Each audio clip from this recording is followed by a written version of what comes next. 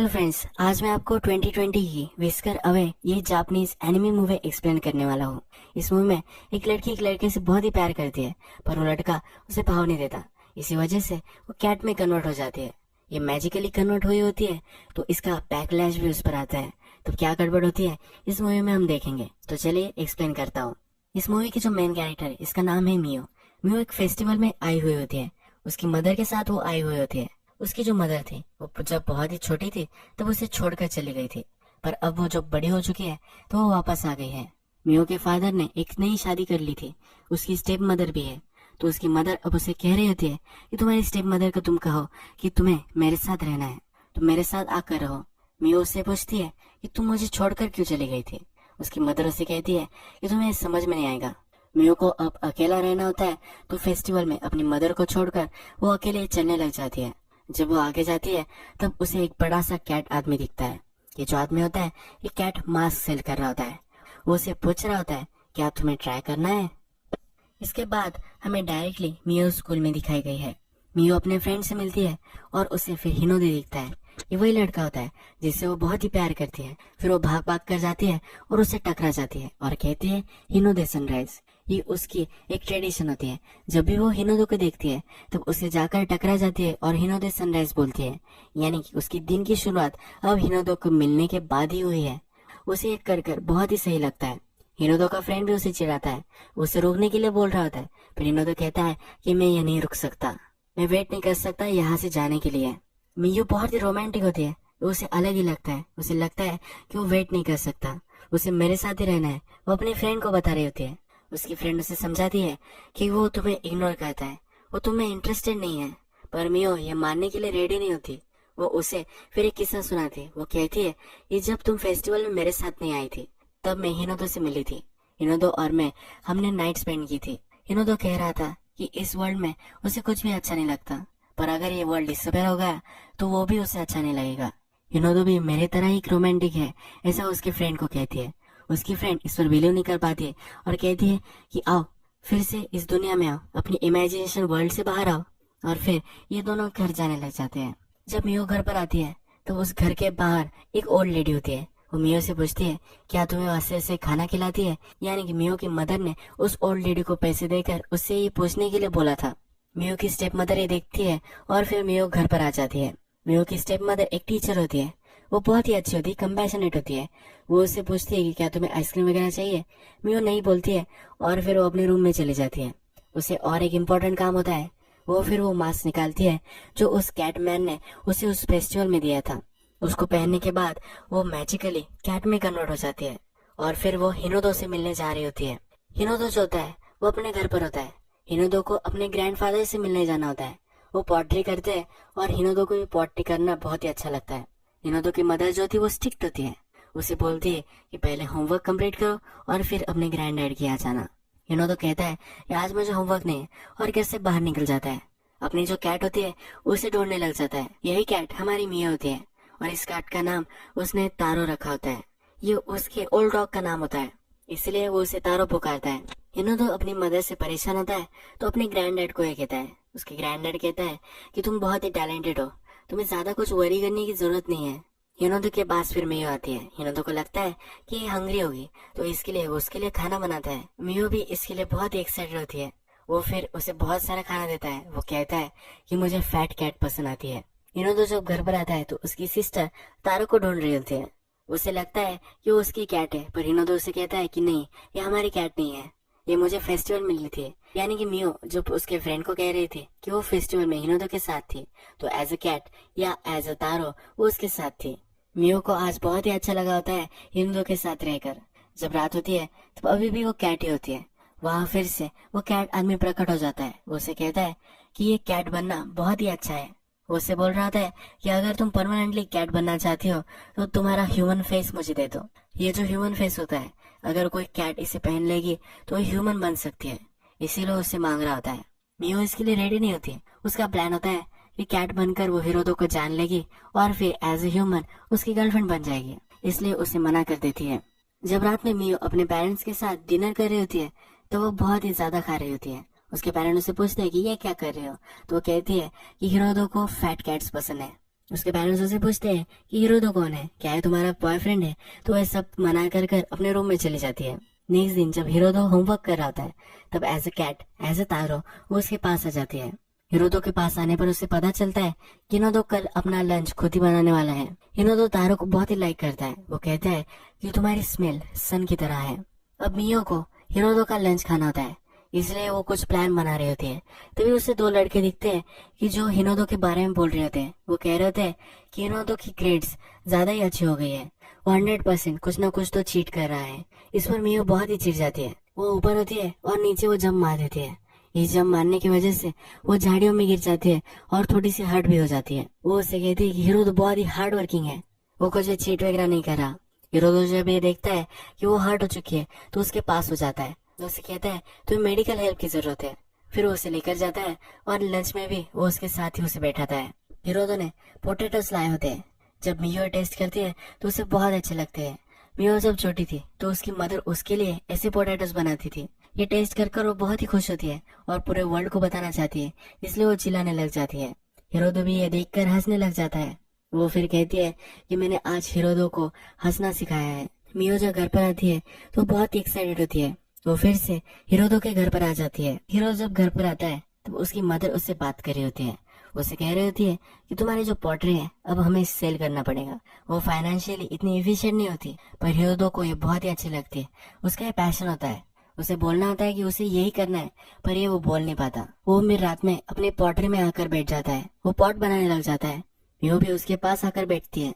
उसे सब कुछ अपना मन का हाल वो कहता है कि उसे यही करना है, पर वो बता नहीं पा रहा।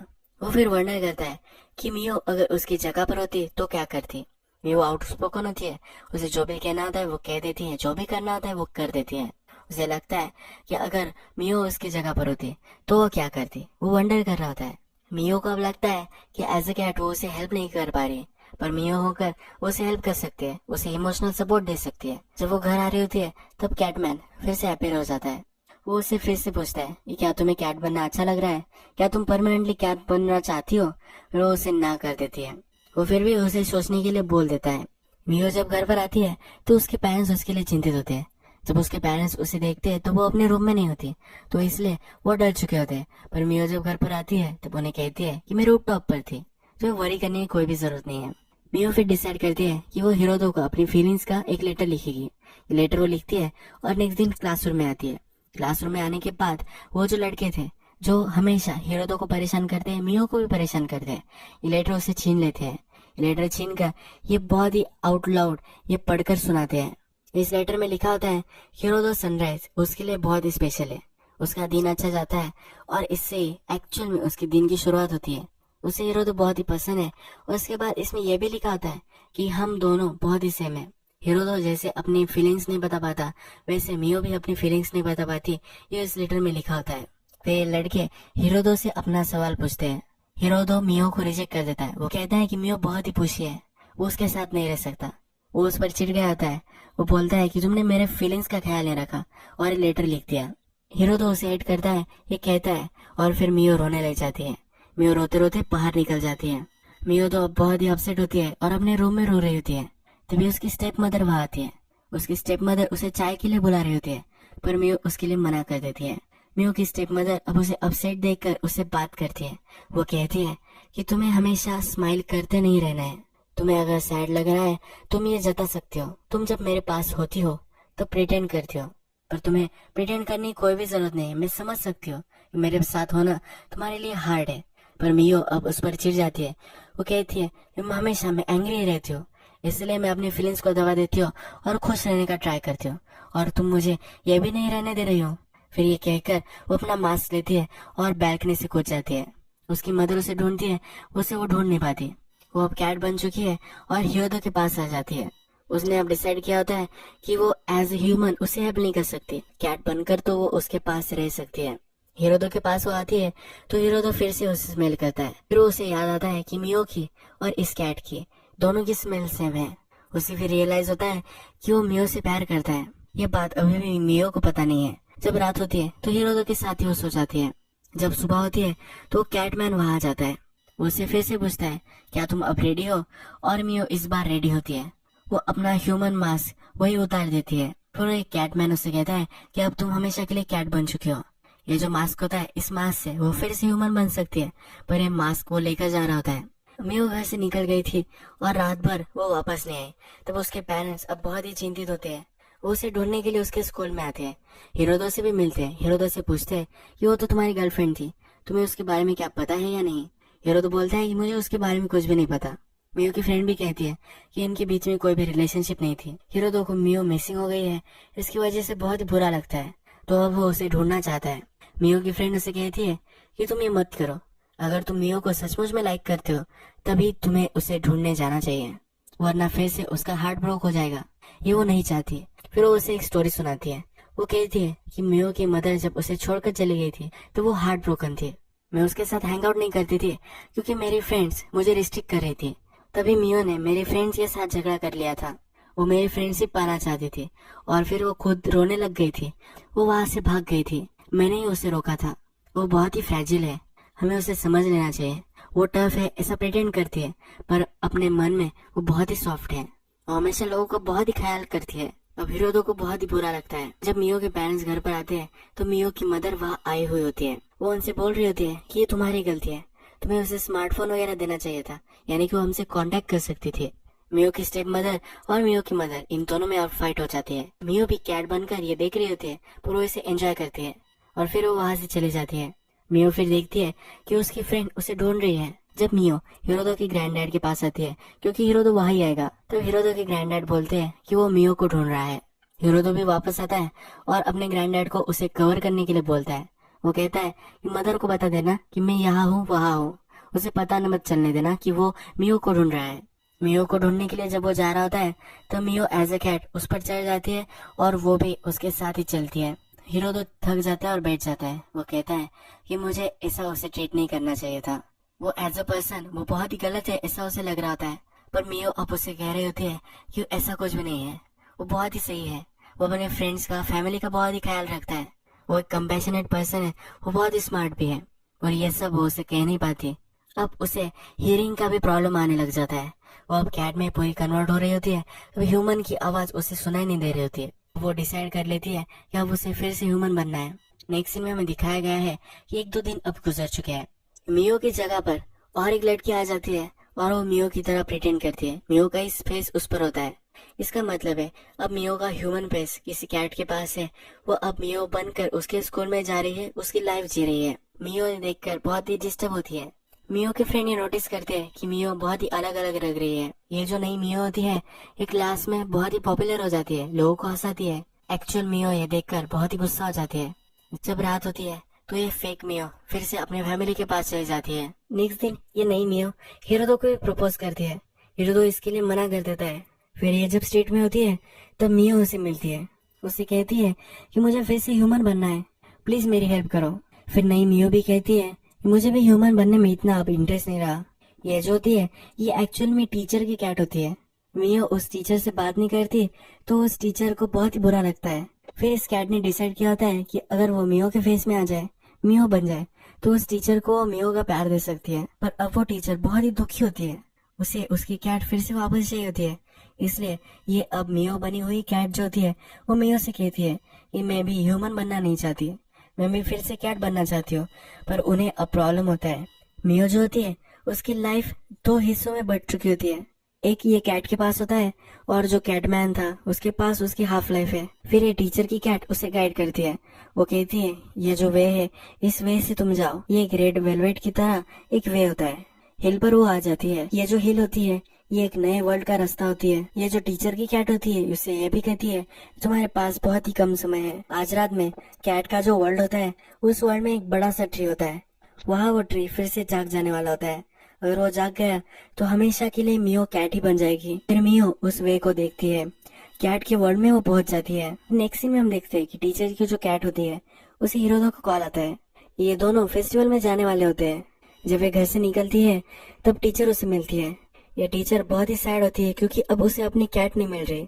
उसकी कैट फिर एज अ मियो उससे कहती है कि वो तुमसे बहुत ही प्यार करती थी, तुम्हारी कैट तुम्हारे लिए बहुत ही केयर करती है, वो तुम्हारी कंपनी को बहुत ही पसंद करती है।